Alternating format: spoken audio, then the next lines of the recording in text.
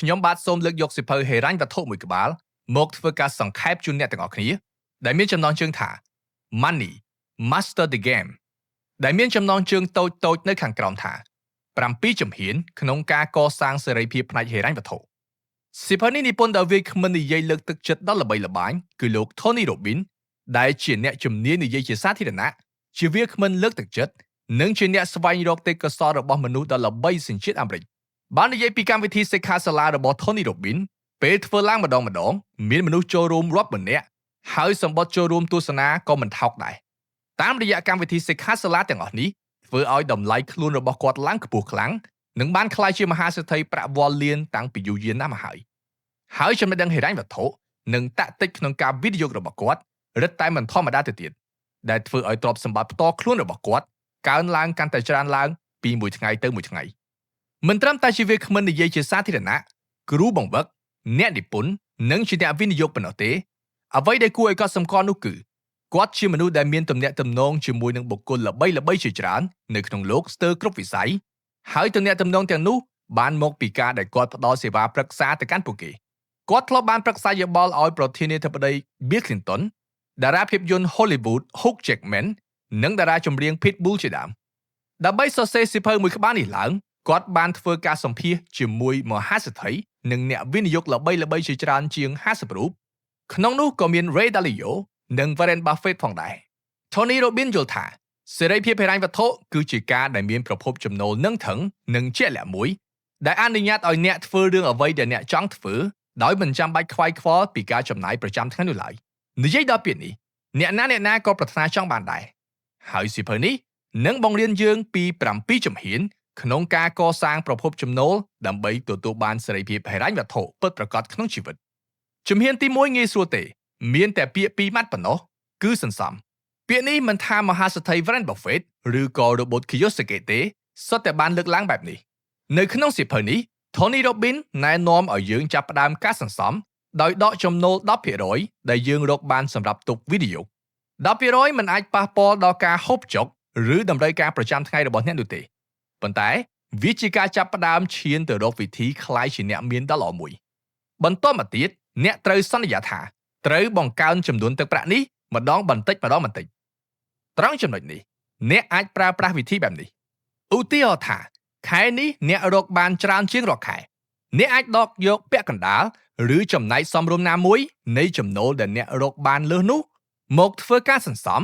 ឬក៏បង្កើនចំនួនភាគរយសន្សំពីប្រាក់ខែឬប្រាក់ចំណូលដែលអ្នករកបាននោះតែម្ដងឧទាហរណ៍ថាពី 10% ទៅ 12% ឬ 13% បន្ទាប់ពីយើងរៀនសន្សំបានខ្លះហើយយើងចូលមកដល់ជំហានទី2គឺមើលលុយឲ្យបានយូរនិងប្រុងប្រយ័ត្នចំពោះការវិនិយោគរបស់អ្នកកន្លែងវិនិយោគមានច្រើនណាស់តែនៅជំហានទី2នេះអ្នកនិពន្ធណែនាំឲ្យយើងប្រយ័ត្នប្រយែងទៅលើការវិនិយោគរបស់យើងនៅក្នុងសៀវភៅនេះគាត់បានលើកឡើងនៅសម្ដីកុហក9យ៉ាងដែលគេតែងតែនិយាយប្រាប់អ្នកទាំងអស់គ្នាអំពីការវិនិយោគពាក្យកុហកទី1នោះគឺវិនិយោគធំហានិភ័យធំអ្នកនិពន្ធមិនឯកភាពនឹងការលើកឡើងបែបនេះទេគាត់យល់ថាយើងត្រូវតែស្វែងរកឱកាសនៅលើទីផ្សារនិងស្វែងរកលុយដោយវិធីឈ្លាសវៃបំផុតហើយការវិនិយោគធំមិនប្រកាសថាមានហានិភ័យខ្ពស់នោះទេផ្ទុយមកវិញគាត់ឲ្យយើងទៅស្វែងរកព័ត៌មាននិងឱកាសដែលអាចទទួលបានផលច្រើនតែហានិភ័យទាបមហាសេដ្ឋីនិងអ្នកវិនិយោគជាច្រើនដែលអ្នកនិពន្ធបានធ្វើការសម្ភាសន៍សុទ្ធតែមានការលើកឡើងស្រដៀងគ្នាបែបនេះថាកុំព្យាយាមយកឈ្នះទីផ្សារតែធ្វើឲ្យខ្លួនឯងក្លាយជាទីផ្សារវិញម្ដងពាក្យនេះមានន័យថាម៉េចមានន័យថាកុំធ្វើការវិនិយោគទៅលើអ្វីដែលអ្នកឃើញនឹងភ្នែកឬតាមគេតាមឯង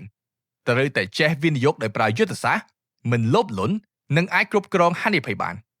ក្រៅពីការសន្សំនិងការវិនិយោគដោយប្រុងប្រយ័ត្នយើងមកមើលជំហានទី3គឺការធ្វើផែនការនៅពេលដែលយើងចង់ទៅកន្លែងណាមួយពេលចេញពីផ្ទះអ្នកត្រូវការ Google Map ដើម្បីនាំផ្លូវនៅក្នុងវិស័យការងារនិងជំនួញអ្នកត្រូវមានផែនការការងារនិងផែនការអាជីវកម្មច្បាស់លាស់ហើយនៅក្នុងវិស័យហិរញ្ញវត្ថុក៏មិនខុសគ្នាដែរអ្នកត្រូវតែរៀបចំផែនការនៅពេលដែលយើងរៀបចំផែនការហិរញ្ញវត្ថុយើងត្រូវគិតទៅដល់រឿងពីរគឺទី1គោលដៅហិរញ្ញវត្ថុនិយាយឲ្យស្រួលយល់តើអ្នកចង់បានលុយប៉ុន្មាននិងទី2គឺវិធីក្នុងការសម្រេចគោលដៅនោះនិយាយឲ្យស្រួលយល់តើធ្វើបែបណាទើបអាចទទួលបានលុយទាំងនោះ ចុះធ្វើបែបណាទើបអាចកំណត់គោលដៅហិរញ្ញវត្ថុយើងបានអ្នកនិពន្ធបានលើកឡើងនៅគោលដៅហិរញ្ញវត្ថុ5កម្រិតដែលជាចំណុចសំខាន់ប្លែកគេពីសៀវភៅដទៃព្រោះយើងភាគច្រើនឲ្យតែនិយាយដល់សេរីភាពហិរញ្ញវត្ថុតែងតែគិតថាតើតែមានលុយរាប់លានចាយមិនអស់ឬក៏គ្រាន់តែឮពាក្យនេះភ្លាមយល់ថាវាជាពាក្យបុគ្គលជោគជ័យឬក៏ថាវានៅឆ្ងាយពីយើងពេកពិបាកនឹងសម្រេចក៏បោះបង់ចោលតែម្ដងទៅហើយអ្វីដែល Tony Robbins បានលើកឡើងនៅទីនេះជាកម្រិតទាំង5នៃសេរីភាពហិរញ្ញវត្ថុដែលអ្នកទាំងអស់គ្នាអាចមើលទៅលើស្ថានភាពខ្លួនឯងថាចង់ទទួលបានសេរីភាពកម្រិតណាសេរីភាពហិរញ្ញវត្ថុកម្រិតទី1គេហៅថាសុវត្ថិភាពហិរញ្ញវត្ថុអ្នកដែលនៅក្នុងសេរីភាពហិរញ្ញវត្ថុកម្រិតនេះទោះមិនធ្វើការក៏ទទួលបានចំណូលគ្រប់គ្រាន់សម្រាប់ទ្រទ្រង់ដល់ការរស់នៅប្រចាំថ្ងៃដែរត្រឹមហូបចុកស្នាក់នៅធ្វើដំណើរបង់ថ្លៃទឹកភ្លើងមិនមែនជាបញ្ហាទេសម្រាប់គាត់តែបើសិនជាអ្នកចង់បំពេញនៅតម្រូវការបន្ថែមទៀតដូចជាចង់ទទួលបានសេវាកម្មល្អដើរលេងកម្សាន្តលំហែកាយញ៉ាំអាហារនៅភោជនីយដ្ឋានថ្លៃៗទិញសម្លៀកបំពាក់ brand ជាដើមនោះមានន័យថាអ្នកមានសេរីភាពហិរញ្ញវត្ថុកម្រិតទី3ហើយដែលគេហៅថាឯករាជ្យហិរញ្ញវត្ថុចុះកម្រិតទី2អាចនិយាយបានថាវានៅចន្លោះកម្រិតទី1និងទី3មានន័យថាត្រឹមការហូបចុកស្នាក់នៅធ្វើដំណើរស្លៀកពាក់ប្រចាំថ្ងៃមិនជាបញ្ហាទេតែក៏មិនអាចចូលហាងថ្លៃពេកឬទិញសម្លៀកបំពាក់ brand ថ្លៃជិះរថយន្តប្រណិតចាយលុយខុសខ្ទង់បានដែរចុះកម្រិតទី4អ្នកដែលមានសេរីភាពហិរញ្ញវត្ថុកម្រិតទី4អាចសម្រេចក្តីស្រមៃធំមួយចំនួនរបស់ខ្លួនបានដោយគ្មានបញ្ហាឧទាហរណ៍ដូចជាទៅដើរលេងក្រៅប្រទេសទិញរថយន្តប្រណិតជិះសង់ផ្ទះធំស្កឹមស្កៃតាមក្តីស្រមៃរបស់ខ្លួនជាដើមហើយបើសិនជាអ្នកមានអ្វីគ្រប់យ៉ាងចង់ធ្វើអ្វីក៏បានមិនចង់ធ្វើអ្វីក៏បានតាមតែចិត្តអ្នកមិនថាទិញរបស់ថ្លៃប៉ុណ្ណាក៏អ្នកនៅតែមានចំណូលហូរចូលឥតដាច់មិនបារម្ភពីរឿងលុយកាក់នោះអាចនិយាយបានថាអ្នកសម្រេចសេរីភាពហិរញ្ញវត្ថុដល់កម្រិតកំពូលហើយគឺកម្រិតទី5នេះឯងយើងលើកឧទាហរណ៍មួយថាយើងត្រូវចំណាយទៅលើការបង់រំលោះផ្ទះ$1000ក្នុងមួយខែការរស់នៅហូបចុកធម្មតាត្រូវចំណាយអស់$500ហើយនឹងកញ្ចប់ថវិកាសម្រាប់ការកម្សាន្តនិងការរៀនសូត្រជាដើមត្រូវចំណាយ$300ទៀតសរុបទៅត្រូវចំណាយ$1800ក្នុងមួយខែដែលស្មើនឹង$21600ក្នុងមួយឆ្នាំបើសិនជាយើងចង់សម្រេចបានសេរីភាពហិរញ្ញវត្ថុកម្រិតទី3នេះតើតែយើងអាចរកបានលើពី$21600ក្នុងមួយឆ្នាំតែសៀវភៅនេះនិយាយថាអ្នកមិនចាំបាច់រកឲ្យបានចំនួនប៉ុណ្ណឹងនោះទេព្រោះអ្នកអាចយកលុយរបស់អ្នកទៅវិនិយោគឧទាហរណ៍ថានៅឆ្នាំ2023នេះការប្រាក់ដែលបានមកពីការដាក់សន្សំថេរនៅធនាគារគឺ8%ក្នុងមួយឆ្នាំនោះដើម្បីទទួលបាន$21600សម្រាប់ចំណាយក្នុងរយៈពេលពេញមួយឆ្នាំអ្នកត្រូវយកលុយប៉ុន្មានទៅដាក់នៅធនាគារយើងយក$21600ចែកនឹង8%គឺស្មើនឹង$270,000មានន័យថាបើខ្ញុំមានលុយ$270,000យកទៅដាក់នៅធនាគារនោះមួយខែខ្ញុំនឹងទទួលបានការប្រាក់$1,800ដោយមិនចាំបាច់ធ្វើអ្វីទាំងអស់ក៏ខ្ញុំអាចរស់នៅយ៉ាងសុខសាន្តបានដែរប្រាកដណាស់8%គ្រាន់តែជាតួលេខឧទាហរណ៍មួយប៉ុណ្ណោះធនាគារផ្សេងគ្នាប្រកាសជាទទួលបានអត្រាការប្រាក់មិនដូចគ្នាឡើយហើយបើសិនជាយើងស្ដាប់ដល់ជំហានទី4ដល់ទី6ដែលនិយាយពីការបែងចែកទ្រព្យសម្បត្តិនោះអ្នកអាចនឹងទទួលបានផលច្រើនជាងនេះគ្រាន់តែនិយាយដល់សេរីភាពហិរញ្ញវត្ថុកម្រិត3ប៉ុណ្ណោះត្រឹមហូបចុកស្នាក់នៅដើរហើរនិងកម្សាន្តខ្លះៗមិនជាបញ្ហាទេតែមនុស្សតែងតែលោភលន់ចង់បានជីវិតល្អប្រសើរជាងនេះជានិច្ចដូច្នេះបើសិនជាអ្នកចង់សម្រេចគោលដៅតូចធំរបស់អ្នកទើបអាចធ្វើឲ្យអ្នកស្ងប់ចិត្តមានសុភមង្គលបាននោះតើតែអ្នកត្រៀមខ្លួនឈានទៅដល់សេរីភាពហិរញ្ញវត្ថុមួយកម្រិតទៀតហើយ Tony Robbins បានជួបជាមួយបុគ្គលល្បីៗក្នុងលោកមិនតិចទេនៅពេលដែលគេមកប្រឹក្សាយោបល់ពីរឿងហិរញ្ញវត្ថុជាមួយលោកអ្នកខ្លះចង់បានមិនចេះចប់គេចង់ទិញយន្តហោះឯកជនដែលអាចហោះហើរទៅទីណាក៏បានគេចង់ទិញកោះមួយសម្រាប់ស្នាក់នៅជាលក្ខណៈឯកជនគេចង់បានក្រុមបាល់ទាត់តខ្លួនដែលអាចរកចំណូលឲ្យគេរាល់ឆ្នាំជាដើមគោលដៅហិរញ្ញវត្ថុរបស់ពួកគេគឺរាប់រយលានដុល្លារឯណោះ Tony បាននិយាយដាស់តឿនបុគ្គលទាំងអស់នោះថាបើសិនជាអ្នកចង់បានយន្តហោះឯកជនមិនចាំបាច់តតែអ្នកចំណាយលុយទិញវានោះទេអ្នកអាចជួលវាមកជិះបានបើសិនជាអ្នកចង់រស់នៅលើកោះអ្នកអាចទិញវីឡានៅលើកោះនោះបានដោយមិនចាំបាច់តតែក្លាយជាម្ចាស់កម្មសិទ្ធិកោះនោះទេហើយបើអ្នកចង់ក្លាយជាម្ចាស់ក្រុមបាល់ទាត់មួយនោះក៏មិនចាំបាច់ចំណាយលុយរាប់រយលានដុល្លារទៅទិញកីឡាករទាំងនោះដែរ អ្នកអាចចូលជាពាក្យហ៊ុនជាមួយគេបានពេលនោះអ្នកក៏មានឈ្មោះជាម្ចាស់ដូចតែគ្នានឹងធ្វើបែបនេះក៏មិនបានកាត់បន្ថយគុណភាពជីវិតដែលអ្នកចង់បានដែរវាមិនខុសអ្វីដែលអ្នកធ្វើជាម្ចាស់កម្មសិទ្ធិនោះឡើយព្រោះរបស់ទាំងនោះអ្នកក៏មិនអាចយកវាទៅតាមបានដែរមានសិទ្ធិក្នុងការប្រើប្រាស់គឺគ្រប់គ្រាន់ហើយមិនចាំបាច់តតែអ្នកខ្លាយជាម្ចាស់កម្មសិទ្ធិនោះទេព្រោះធ្វើជាម្ចាស់កម្មសិទ្ធិមិនមែនជាគោលដៅរបស់អ្នកនោះទេមានទ្រព្យសម្បត្តិទាំងនោះក៏មិនមែនជាគោលដៅរបស់អ្នកដែរសេរីភាពឱកាសនិងបទពិសោធន៍ជីវិតដែលអ្នកទទួលបានទើបជាអ្វីដែលអ្នកត្រូវស្វែងរកយល់ពីហេតុផលទាំងអស់នោះហើយបុគ្គលទាំងនោះបានកែប្រែគោលដៅហិរញ្ញវត្ថុរបស់ខ្លួនចំនួនទឹកប្រាក់ដែលគេស្រមៃចង់បានថយចុះជាងមុនឆ្ងាយរហូតដល់អ្នកខ្លះសល់ត្រឹម 10% ប្រៀបធៀបទៅនឹងពេលដែលជួបនិយាយគ្នាដំបូង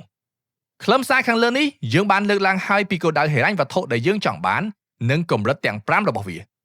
ប្រហែលជាមានមិត្តអ្នកស្ដាប់មួយចំនួនឃើញទូរលេខនេះហើយគិតថាដូចជានៅឆ្ងាយពីយើងពេកហើយតើមានវិធីណាដែលលឿនជាងនេះទេក្រៅពីការសន្សំនិងវិនិយោគតើយើងអាចធ្វើអ្វីបានខ្លះទៀតបើសិនជាអ្នកទាំងអស់គ្នាចង់ស្ដាប់សៀវភៅហិរញ្ញវត្ថុបែបនេះអ្នកទាំងអស់គ្នាអាចបញ្ចេញយោបល់នៅក្នុងប្រអប់បញ្ចេញយោបល់ខាងក្រោម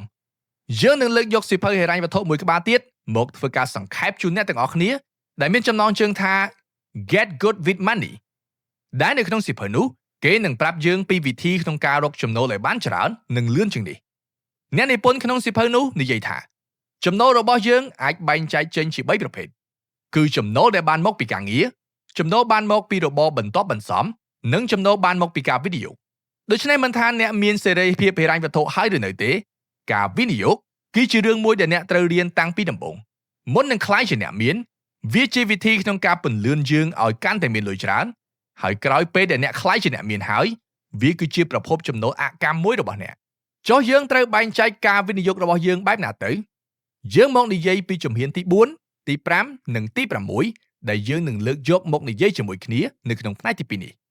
នៅលើទីផ្សារមានសៀវភៅហិរញ្ញវត្ថុច្រើនណាស់ហើយ Vidit ក៏បានលើកយកមកធ្វើការសង្ខេបជូនដែរដូចជាសៀវភៅឪពុកអ្នកមានបង្រៀនកូនអ្នកក្រអ្នកមានជាគេនៅបាប៊ីលូននិងសៀវភៅទាសករលុយជាដើមសុទ្ធតែជាសៀវភៅដែលសរសេរឡើងត្រង់ងាយយល់ដែលមនុស្សទូទៅសុទ្ធតែអាចអានយល់និងអនុវត្តតាមបាន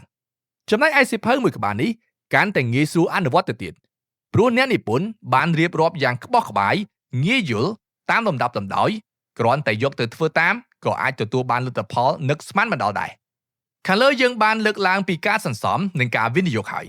តទៅនេះយើងមកសង្កត់ធ្ងន់ទៅលើការវិនិយោគនេះបន្តិចនៅក្នុងការវិនិយោគមានរឿងពីរដែលអ្នកត្រូវគិតគឺការបែងចែកការវិនិយោគនិងការជ្រើសរើសពេលវេលា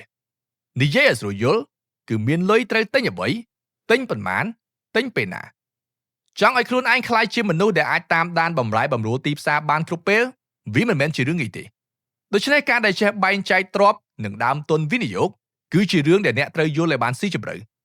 ព្រោះគ្មានអ្នកណាម្នាក់អាចប៉ាន់ស្មានដឹងពីបម្រែបម្រួលទីផ្សារបានត្រូវរហូតទេសូម្បីតែទេវតាហ៊ុន Warren Buffett ដែលគេទទួលស្គាល់ថាជាបិតាវិនិយោគក៏មិនអាចធ្វើបានដែរកុំថាឡើយអ្នកវិនិយោគក្រៅម៉ោងដូចជាយើងនោះតែអ្វីដែលគាត់អាចធ្វើបានហើយមនុស្សភាគច្រើនធ្វើមិនបាននោះគឺគាត់មិនលោភលន់ទេ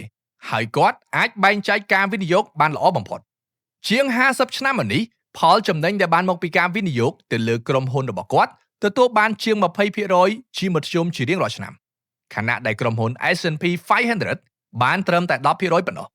ក៏ប៉ុន្តែការបែងចែកទ្រព្យឬទុនវិនិយោគក៏ជាជំនាញមួយដែលពិបាករៀនដែរ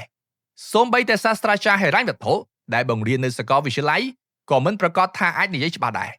តែសៀវភៅនេះបានលើកឡើងនៅឧទាហរណ៍មួយមកធ្វើការពន្យល់ជូនអ្នកទាំងអស់គ្នាដែលអ្នកនិពន្ធហៅថាទឹក3ធុងធុងទី1គេហៅថាធុងសុវត្ថិភាពធុងនេះគឺជាធុងដែលគួររក្សាទឹកឲ្យមានលំនឹងនិងធ្វើការវិនិយោគទៅលើគម្រោងណាដែលផ្ដល់ផលនឹងណនិងមានស្ថិរភាពហើយនៅក្នុងធុងនោះជាទូទៅគឺជាប្រាក់សុទ្ធប្រាក់សន្សំធនាគារឬមូលបត្របំណុលជាដើមវាផ្ដល់ផលឬការប្រាក់ក្នុងចំនួនជាក់លាក់មួយតែមានស្ថិរភាពខ្ពស់យុទ្ធសាស្ត្រដែលប្រើនៅក្នុងជំរឿននេះគឺជាយុទ្ធសាស្ត្រការពារតែមិនមែនជាយុទ្ធសាស្ត្រវាយប្រហារទេធុងទី2គាត់ហៅថាធុងហានិភ័យដែលជាទូទៅនៅក្នុងធុងនេះគឺជាភាគហ៊ុនអចលនទ្រព្យមាសឬ Forex ជាដើមដែលជាប្រភេទការវិនិយោគដែលទទួលបានផលច្រើនតែហានិភ័យខ្ពស់យុទ្ធសាស្ត្រដែលប្រើនៅទីនេះគឺវាយប្រហារជាជាងការពារចុះការបែងចែកទឹកនៅក្នុងធុងទាំងពីរនេះ គួរបែងចែកក្នុងកម្រិតបែបណាទើបស័ក្តិសមវាមិនមានស្តង់ដារច្បាស់លាស់ទេបើសិនជាអ្នកជាមនុស្សមិនសូវហ៊ានប្រឈមនឹងហានិភ័យខ្ពស់នោះអ្នកអាចបែងចែកទៅកាន់ធុងសុវត្ថិភាព 70% ធុងហានិភ័យ 30% ឬក៏អាចបែងចែក 50-50 ក៏បានដែរចុះធុងទី3វិញធុងទី3ជាអ្វីទៅបែងចែកបែបណាបើធុងទាំងពីរបូកបញ្ចូលគ្នាគឺ 100% ទៅហើយនឹងមិនខុសទេធុងទី3នេះគឺមានលក្ខណៈអរូបីបន្តិចព្រោះពេលខ្លះវាគ្រាន់តែជាស្រមោលដែលគេហៅថាធុងស្រមោលឬធុងនៃក្តីសុបិននេះហើយជាចំណុចពិសេសខុសគេមួយទៀតរវាងសៀវភៅនេះនិងសៀវភៅដទៃ Tony Robbins លើកឡើងថាយើងគួរតែយកប្រាក់មួយផ្នែកតូចមកធ្វើការបំពេញក្តីស្រមៃរបស់ខ្លួនតែត្រូវធ្វើវាឥឡូវនេះកុំចាំដល់យើងជោគជ័យខ្លាយជាសេដ្ឋីចាំធ្វើវាឲ្យសោះអ្នកអាចដកយកប្រាក់មួយផ្នែកតូចមកដាក់នៅក្នុងធុងនេះឧទាហរណ៍ថា 3% ឬ 5% ដើម្បីទុកធ្វើរឿងដែលអ្នកចង់ធ្វើឬទិញរបស់ដែលអ្នកចង់បានជាពិសេសគឺលុយដែលបានមកដោយចៃដន្យឬចំណែកលើសពីចំណូលដែលអ្នកទទួលបានរាល់ដងឧទាហរណ៍ដូចជាលុយដែលសាច់ញាតិរបស់អ្នកឲ្យប្រាក់លើកទឹកចិត្តដែលថៅកែរបស់អ្នកឲ្យអាំងប៉ាវចូលឆ្នាំថ្មីជាដើមឬក៏មាសប្រាក់ភាគហ៊ុនដែលអ្នកបានទិញវាឡើងខ្ពស់យ៉ាងគំហុកដែលធ្វើឲ្យអ្នកចំណេញច្រើនខុសពីធម្មតាអ្នកអាចយកផ្នែកនៃចំណែកលើនេះមកដាក់សន្សំក្នុងធុងនេះលុយដែលមាននៅក្នុងធុងនេះអាចសន្សំបង្កវារហូតដល់ពេលដែលអ្នករកឃើញអ្វីដែលអ្នកស្រឡាញ់ចង់បានដែលអាចផ្ដល់នូវអារម្មណ៍រំភើបសប្បាយរីករាយដល់អ្នកនឹងធ្វើឲ្យអ្នកកាន់តែមានកម្លាំងចិត្តធ្វើការបន្តទៀតដូចជាប្ដូរទូរស័ព្ទ iPhone ស៊េរីថ្មីទិញរថយន្តក្នុងក្តីសម័យរបស់ខ្លួនជាដើមសរុបសេចក្តីមកធុងទាំងពីរខាងលើនេះដើរតួជាអ្នកការពារនិងអ្នកវាយប្រហារចំណែកឯធុងទី3គឺជារង្វាន់លើកទឹកចិត្តឲ្យអ្នកមានកម្លាំងឆ្ពោះទៅមុខទៀតខាងលើនេះជាជំហានទី4និងទី5ពេលនេះយើងចូលមកដល់ជំហានទី6គឺរៀនពីអ្នកជំនាញការវិនិយោគជាជំនាញមួយដែលអាចរៀនបានហើយអ្វីដែលអ្នកជំនាញទាំងនោះធ្វើសុទ្ធតែជាបច្ច័យដល់ការសម្រេចចិត្តរបស់អ្នកទាំងអស់យើងមកមើលពីតិចៗវិនិយោគនិងការបែងចែកការវិនិយោគរបស់មហាសេដ្ឋី Ray Dalio ដែលជាស្ថាបនិកក្រុមហ៊ុនគ្រប់គ្រងមូលធនដ៏ធំ Bridgewater Associates និងជាអ្នកនិពន្ធសៀវភៅ Principal ដែលសៀវភៅនេះក៏យើងបានលើកយកមកធ្វើការសង្ខេបរួចហើយដែរនៅលើវីដេអូការបែងចែកការវិនិយោគរបស់គាត់គឺបែបនេះ 30% វិនិយោគទៅលើភាគហ៊ុន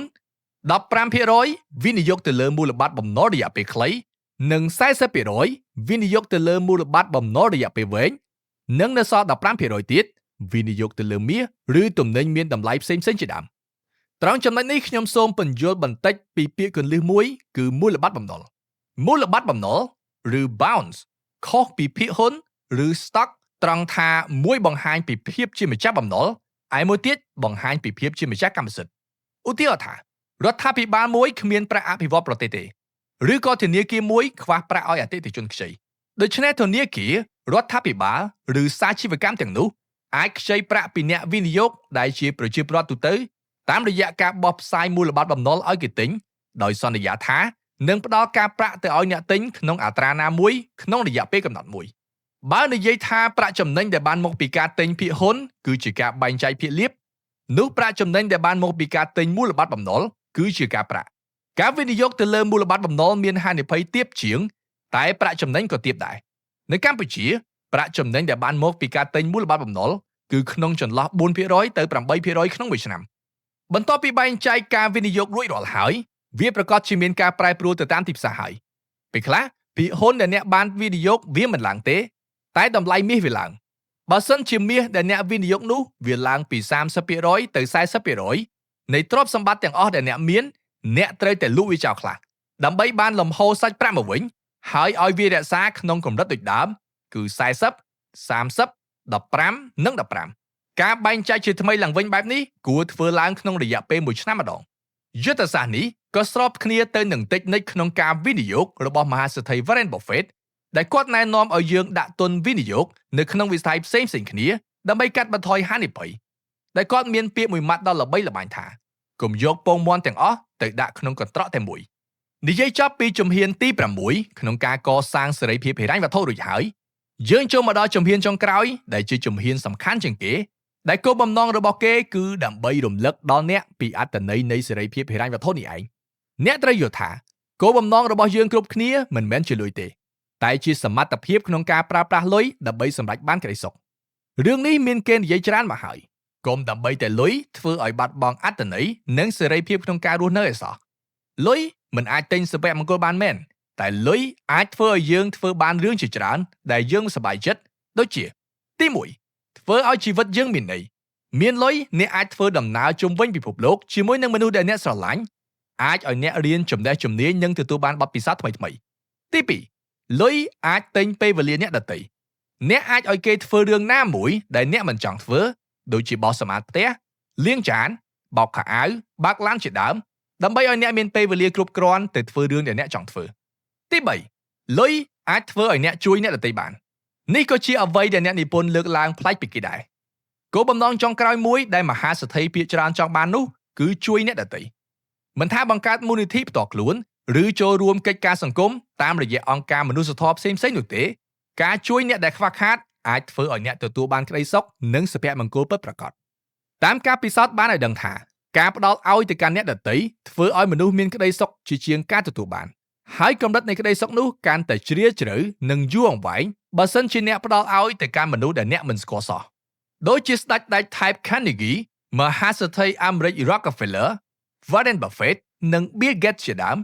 សុទ្ធតែបង្កើតនូវមូលនិធិផ្ទាល់ខ្លួនដើម្បីបរិច្ចាគទៅកាន់សង្គមវិញនៅពេលដែលពួកគេទទួលបានទ្រព្យសម្បត្តិមហាសាលអ្នកប្រកាសជានិយាយថាទៅនិយាយអ្វីមហាសេដ្ឋីទាំងអស់នោះលុយរាប់មិនអស់ទៅហើយចុះយើងជាមនុស្សធម្មតាធនធានមានកម្រិតមានប្រាក់ឯណាទៅបរិច្ចាគដូចពួកគេនោះអ្នកនិពន្ធក៏បានដឹងដែរថាអ្នកនឹងគិតដូច្នេះ